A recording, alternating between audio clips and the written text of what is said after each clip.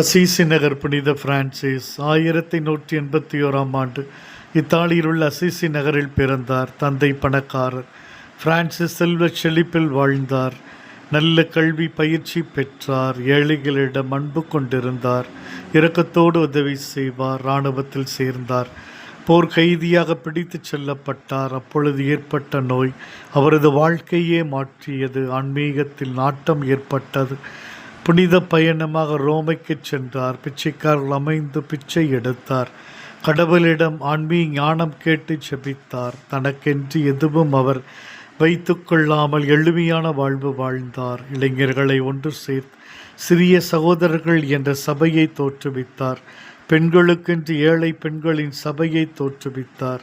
இயேசுவின் பாடுபட்ட சிறுவத்திற்கு முன்னால் பல மணி நேரம் செபிப்பார். அவர் லாபர்னாவில் ஜெபித்து கொண்டிருக்கும் பொழுது 5 காய வரங்களை பெற்றார். பெரிதும் வேதனை அடைந்தார்.